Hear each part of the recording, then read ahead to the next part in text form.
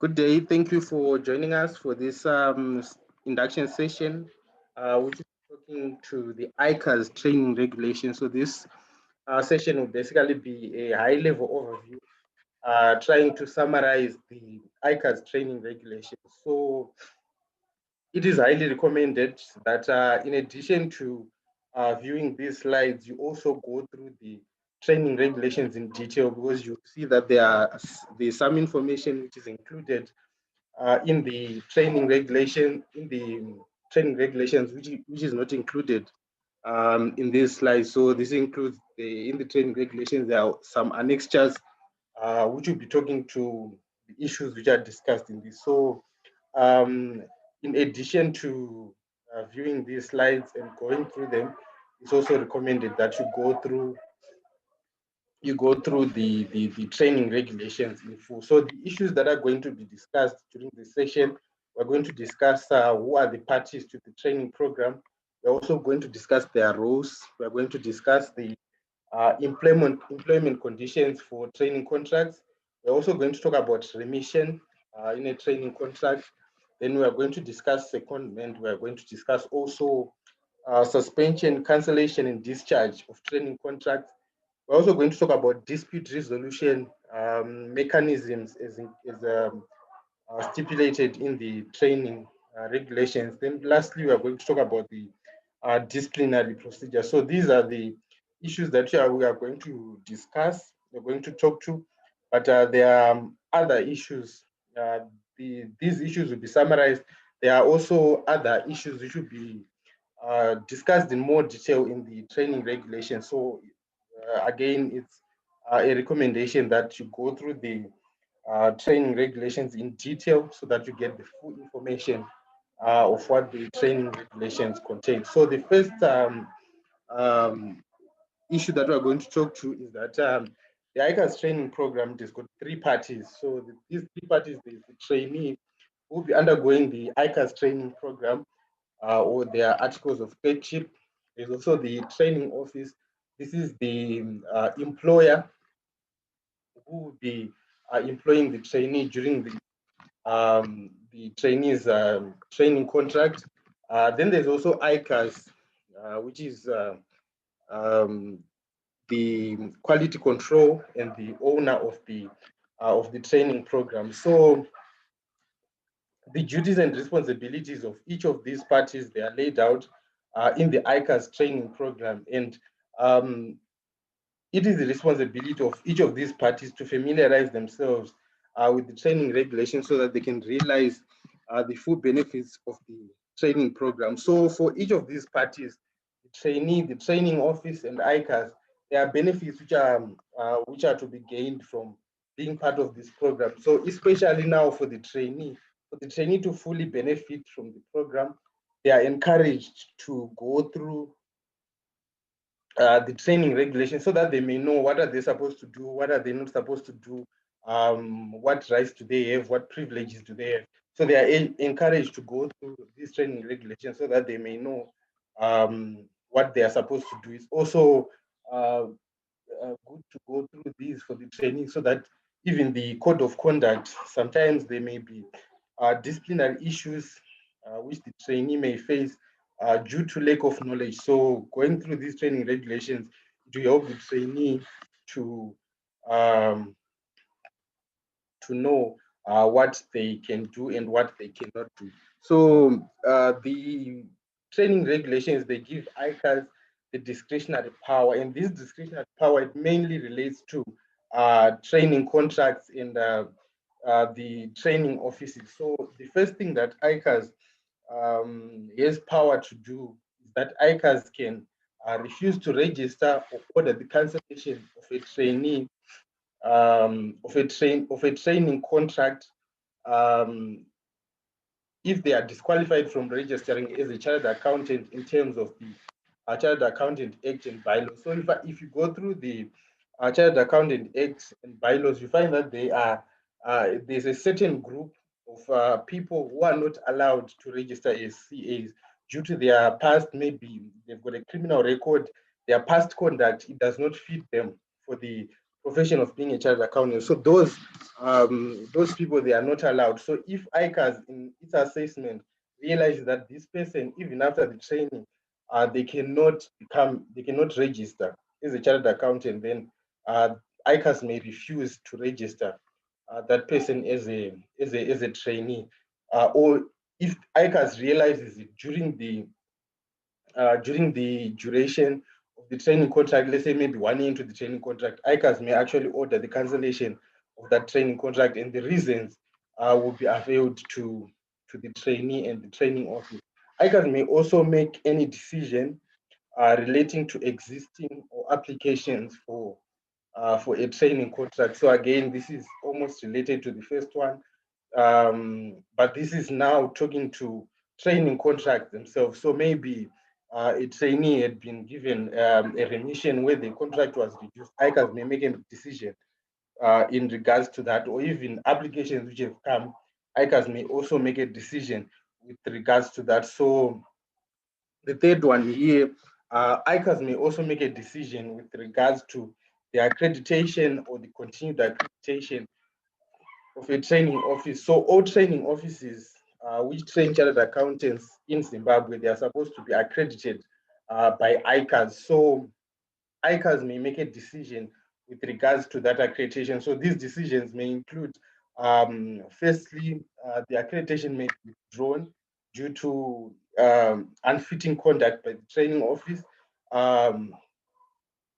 The ICAS may even refuse to accredit a training office, so maybe the training office doesn't meet some of the requirements of being an accredited training office. So ICAS may actually say you can't be registered as a training office, that's one, or at the moment you can't register you, but if you meet these criteria or if you correct these areas, we can actually register you. So ICAS, those are the main powers that ICAS is given by by the training regulations, and whatever decision is made by ICAS relating to the training contract or the accreditation in these matters, it is final and binding. This is obviously provided that all the relevant appeal procedures have been exhausted. And then the next issue that we are going to talk to is the responsibilities of ICAS. So ICAS is responsible for accreditation and reaccreditation of training offices. ICAS is also responsible for registration and discharge of training contracts. So every contract, when a trainee starts their training or their articles, their contract is supposed to be registered with ICAS. And then at the end of the training contract, after 3 years, 4 years, or 5 years, that contract again is discharged to show that the trainee has completed their training. ICAS is also responsible for registration of training officers. So the training officer is the person who is in charge of the training at a particular training office. So at each accredited training office, there will be at least one training officer who will be in charge of the training program. Then ICAS is also responsible for monitoring of training through office visits. So after a certain period, it could be after 6 months, after 1 year, after 2 years, or after 3 years, ICAS conducts these periodic visits to training offices to monitor the training. So this will generally be to check whether the training regulations are being adhered to check whether the conditions under which the trainees are training, are they fit, or do they produce um, would they produce quality chartered accountants? ICAS also does this visits to monitor even the general legal compliance of the training offices. So checking, for example, is the trainee compliant in terms of their taxes? Is the trainee compliant in terms of the labor laws or any other applicable regulations? So ICAS will do these periodic visits just to monitor ATOs. And during these visits, this is where the accreditation and reaccreditation status of training offices may change, or these may also be just visits where the ICAS team may just go to an office to meet the those responsible for the training program, so the partners, the managers, and those others responsible for the training program. So ICAS also arbitrates appeals relating to the training program. So sometimes there are cases where the trainee and the training officer may not agree on a certain aspect. So, for example, it could be related to a rating which the trainee has received on a particular competence, or even on their assessment of needs analysis. So these disagreements, they can be escalated in the organizations. Once the mechanisms in the organizations are exhausted, they can then be um, forwarded to ICAS, where ICAS will try to arbitrate. And in these cases, ICAS decision on this is final. ICAS also approves remissions. So remissions, we'll talk about these. We'll talk about these later. Then ICAS is also responsible for approval of recognition of prior learning applications. We'll also talk about this during the course of this induction session. So in general, ICAS' role is basically to ensure the quality and success of the training program. So this is the main role of ICAS, and this is what ICAS is mainly concerned about, that the quality of the CA who will be produced will be a high quality CA, and obviously the success of the training program, which will obviously give benefits to the both the training office and the trainee. Then we move on to the role of the training office. Each training office must register one person as a training officer, and a training office through his training officer is liable for payment to ICAS of all fees in respect of the training contract. So during the training contract, there are fees which are supposed to be paid by the by the by the training office. So these fees, they relate to things like, for example, your uh, training fees, your trainee accountant subscriptions to ICAS. They relate to registration for the system which the entity will use for their recording of training records. So all these payments, they will not be paid by the trainee, but they will be paid by the training office through the training officer. So when these payments are not made, ICAS will communicate with the training officer, and the training officer will make sure that the needful has been done. And then in terms of the training contract, the training office may require a trainee accountant whose contract has been cancelled to reimburse the training office. So, as has been said before, that the training office will be paying all these fees which are related to the training contract, your subscriptions, your payments to the trainee records system. All these will be paid by the trainee. So if a trainee's contract has been cancelled, the regulations allow the training office to actually require that the trainee accountant on whose behalf those fees were paid to actually reimburse the training office. The training office also has the responsibility to provide the trainee with approved practical training and also facilitate appropriate academic training. So during the training contract, the main purpose of the training contract, or the main purpose of the articles, is to ensure that the trainee gets practical experience which will enable them to practice as an accountant after they have completed their training. So during that course, they're supposed to fulfill some ICAS recommended competencies, and these competencies will be in accounting and external reporting. They will be in auditing, financial management. So the training office has the responsibility to ensure that the trainee has acquired all the required competencies in all these areas, so that when they finish their training, they will actually be able to meet the minimum requirements to register as a CA.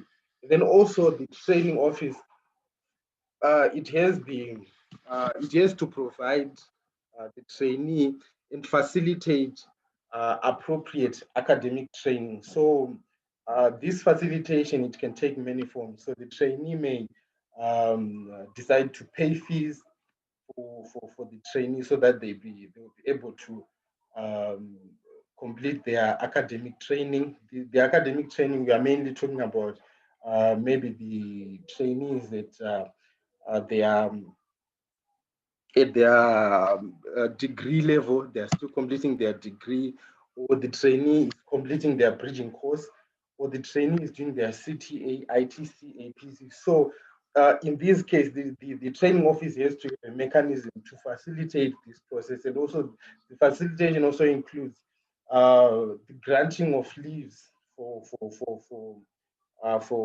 this academic training. So when the trainee wants to write their exams, the training office in this process of facilitation may actually say, we are going to give you 1 month before your exam, and also the period during which you are going to be writing your exams as leave, so that you'll be able to study, you'll be able to get the necessary academic knowledge.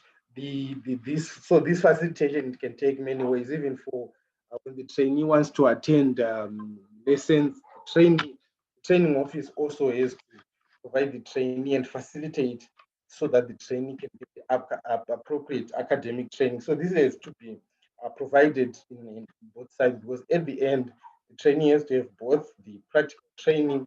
Training also has to have the appropriate academic training in order for them to be a CA. So the training office has the duty to ensure that there is progress in both of those areas for the trainee.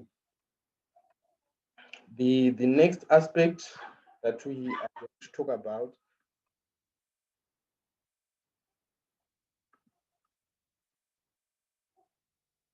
Okay, the next aspect that we are going to talk about, the training office also should ensure that the student accountant completes the CA leadership masterclass during the duration of the training contract. So, before a training contract can be discharged, every trainee has to register and they have to complete the CA Leadership Masterclass. The CA Leadership Masterclass, basically what it focuses on is it focuses on the soft skills of the trainee. So you find that during the training contract, they will be focused on they will be focused on the academic aspect. They will also be focused on the competencies. So the competencies, we are talking about the practical application of the academic competencies. So in academics, you learn about accounting. In practical training, you learn how to apply that academic knowledge to practical. In academic, you learn about risk management and governance. In practical training, you learn about the application of that risk management and governance knowledge to an actual a real workplace. The CA Leadership Masterclass, now it comes in for the soft skills. This is to touch on the other aspects which are not touched on by the other two aspects of the training. So this is a requirement that every CA is supposed to is every CA before a discharge of any training contract, the trainee has to have completed this CA leadership masterclass, so that as a CA, they are going into the profession to be a leader. So to be a leader, you have to have these soft skills, and these soft skills, ICAS has provided this training program, the CA leadership masterclass, so that the trainee may get. So before any discharge, the trainee has to have completed this, and it is the responsibility of the training office to ensure that the student accountant, before the discharge of their training contract, has completed this CA leadership masterclass. And then the other responsibility of the training contract is that they are supposed to provide information whenever requested in support of an application by the student accountant trainee for admission as a member of the institute. So as ICAS information may be required for the registration of the trainee as a member. So, for example, we may require that they be witnesses who witness that this trainee actually completed their articles and that this trainee were in good conduct throughout the period. So the training office should provide that information to the institute, and also they require to give information as to the fitness of the trainee to be a member of the institute. The duties of the training officer. So the training officer is the main representative of the training office to ICAS. So anytime ICAS requires anything from the training office with regards to trainees or any information with regards to the training contract in progress, ICAS will be communicating with the training officer, and any information which comes to ICAS from the training office has to have been approved and signed by the training officer. So for applications of training contracts, they will require the approval, and they will be submitted, the application will be from the training officer, and then discharges, they also have to be from the training officer, having been approved by him, and any supporting documents for application, any applicable fees which have to be paid for the training contracts or for the trainees, they will be paid by the training office through the training officer. So the training officer is the one who actually tracks to say, we have so many trainees, how much are we supposed to pay? We have so many trainees, how many documents have gone to ICAS? So the training officer is the one who is in charge of the training contract.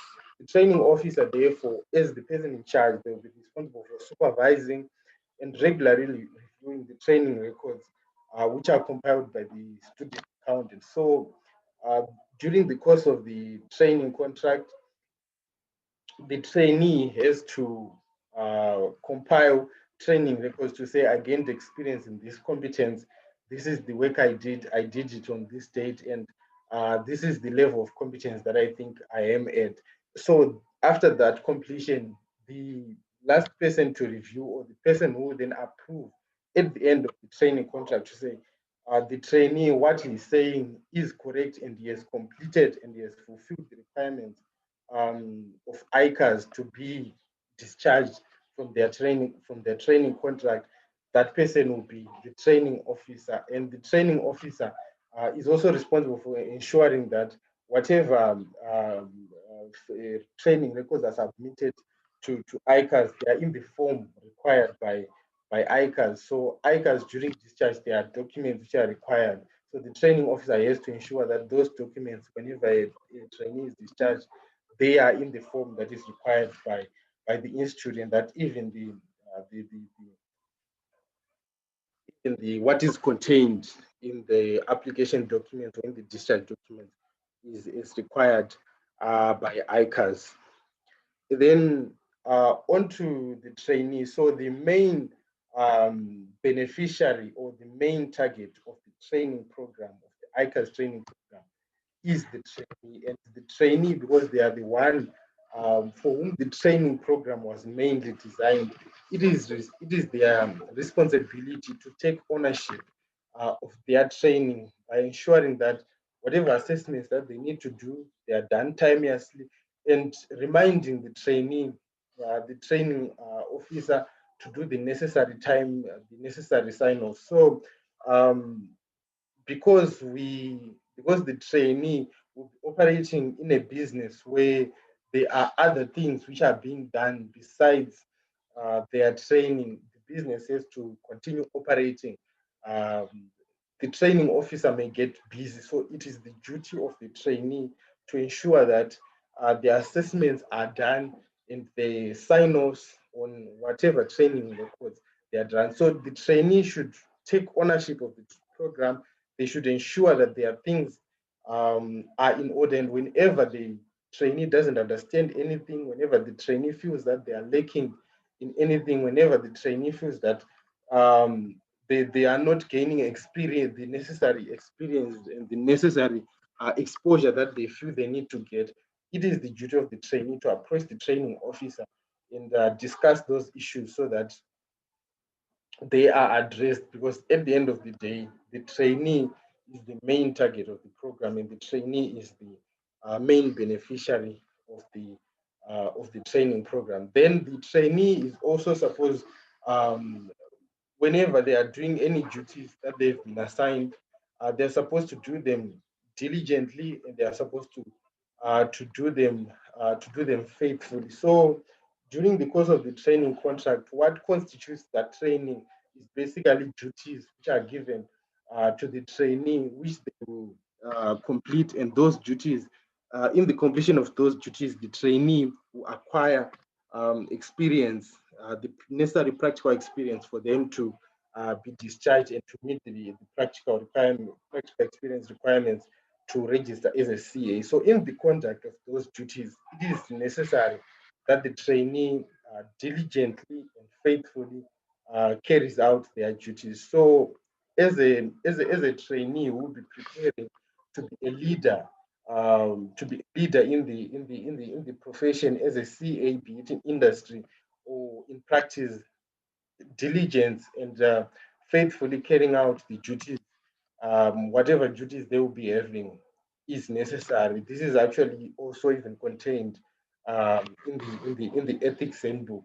Um, in the ethics handbook, that every accountant, whatever duties they complete, they're supposed to do them with due diligence. And then the other thing also is that the trainee is supposed to faithfully pursue the studies required of student accountants. So trainees will start the training program at different levels.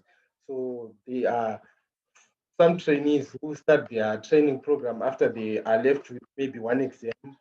Some will start when they are just at the beginning at their degree. Whatever level they are at, they're supposed to faithfully pursue their studies. There's actually an academic progression rule which requires that trainees, they are supposed to at least make 1 year's progress, 1 year's academic progress within a 2 year period. So, for example, a trainee who is doing their bridging course, they are supposed to at least progress from one level to another within a period of 2 years. This is to make sure that the trainee is making progress both in practical experience requirements and also in the academic side. So the trainee is supposed to make progress in those two areas. The trainee is supposed to also notify the training officer when he or she ceases to be registered for a course, which will lead to the eventual award of being a CA. So, for example, a trainee was doing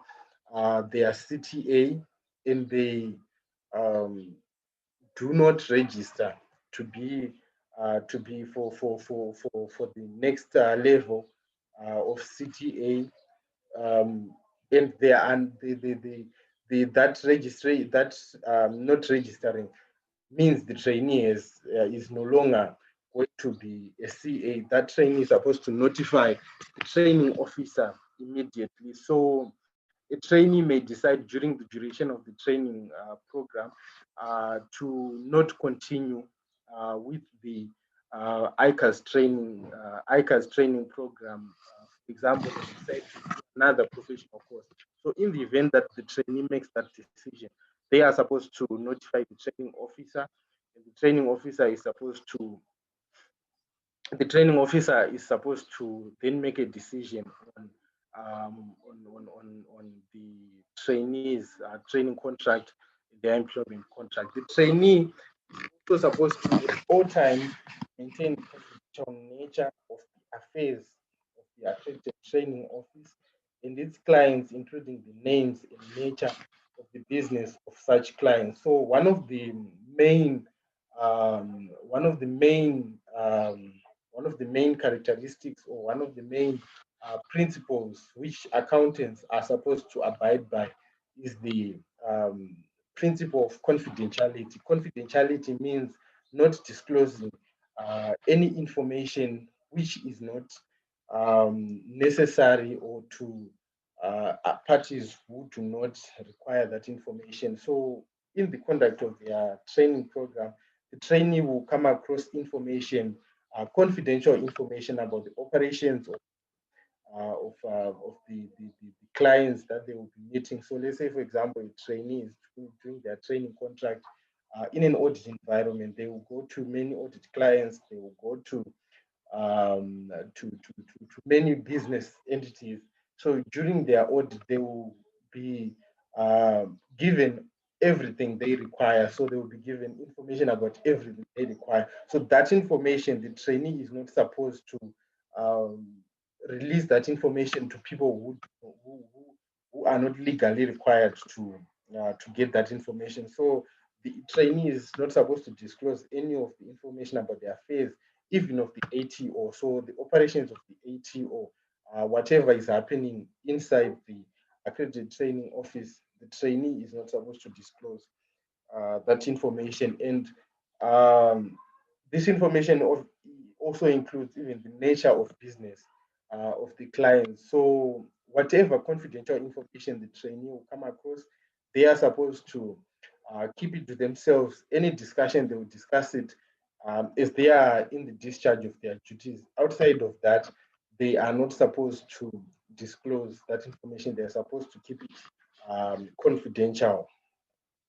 And then the trainee is also required to submit really complete training records to the training officer for onward submission to ICAS. So at the end of every 6 month period, at the end of the training contract, and at the end of at least every 2 months, there are training records which are supposed to be submitted to ICAS.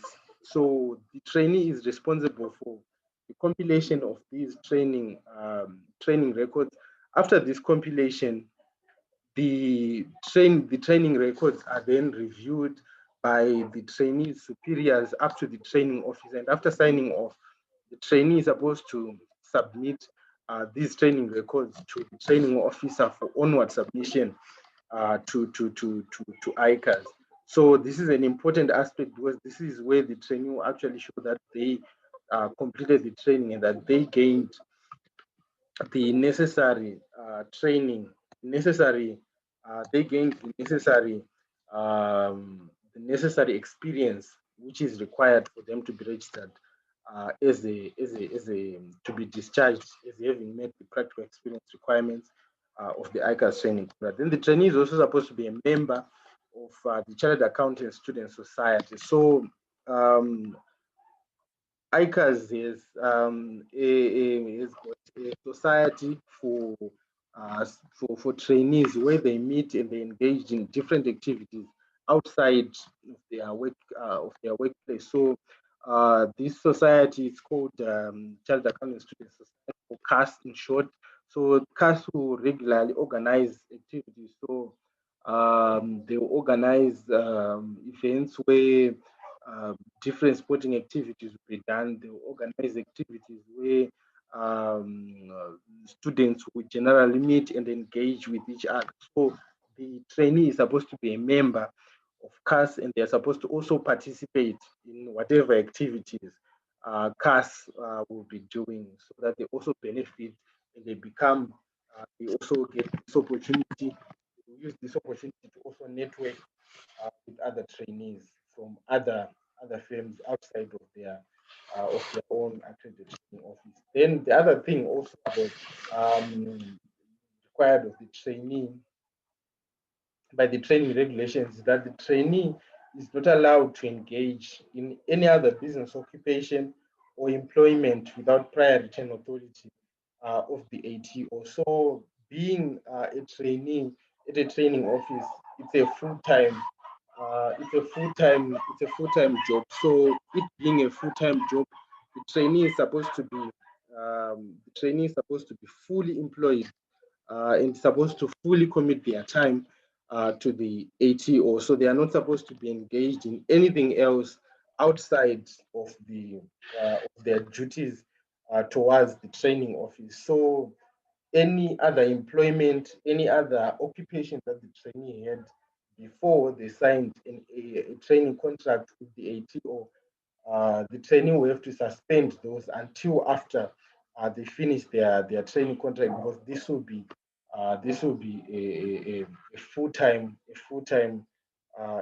occupation. Then the trainee is also required to comply with the provisions of the Chartered Accountant Act, the Chartered Accountants bylaws, the ICAS training regulations, and also the code of ethics for professional accountants is adopted by ICAS. So because the trainee has to abide, has to comply with all these, with the provisions of all these, the trainee has to familiarize themselves with this. So the trainee is encouraged to actually um, look for the Chartered Accountants Act, look for the Chartered Accountants bylaws, the ICAS training regulations, and the code of ethics for professional accountants. These are usually available at your training offices, and you are supposed to get them and you familiarize yourselves with them so that you know what is required of you and you know what you are supposed to comply with.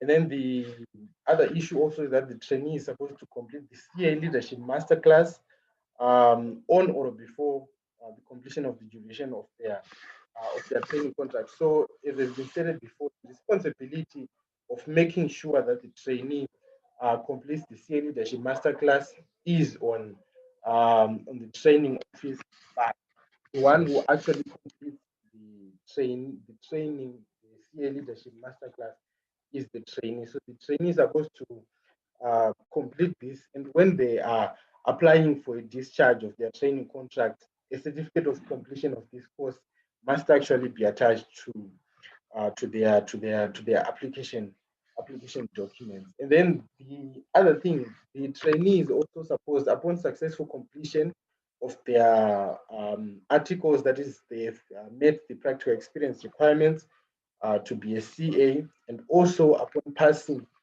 the final ICAS examinations, they are supposed to, the trainee is supposed to register to be a member of ICAS. So they will be registering to be a member of ICAS as a chartered accountant. However, the trainee at the end of their training contract after discharge, they may also register as a member of ICAS, though they have not yet passed all their exams, and they'll be registering as an articled accountant. So the ICAS has got two categories for members, the CAZ and then there's the AAZ, the articled accountant. So the trainee is supposed to register upon completion of the requirements.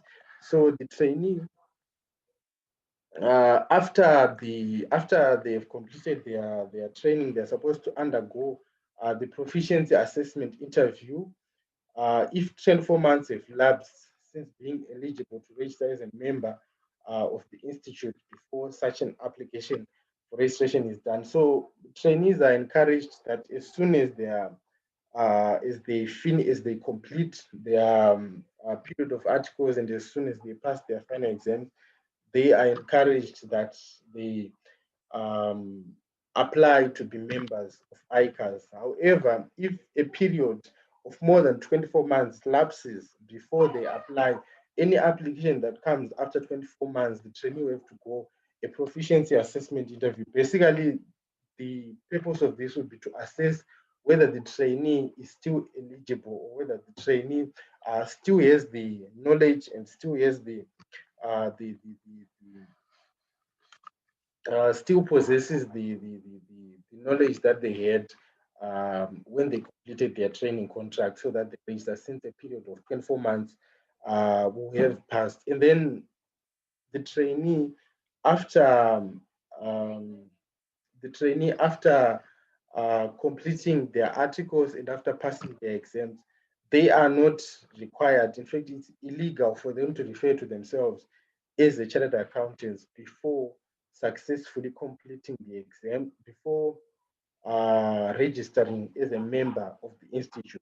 So a trainee who has both the practical experience requirements, they have completed that, their contract has been discharged, and they have passed their final exams, and they are eligible to register as a CA. It is illegal for them to refer to themselves as a CA without actually registering to be a CA, or without actually applying and having been granted the permission to use the designation.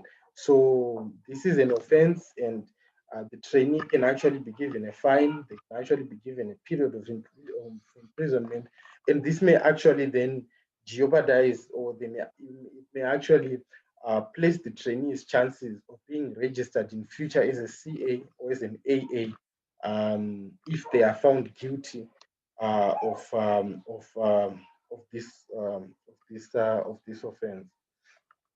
So the first session of the training regulations will end here, and the next session will start at employment conditions.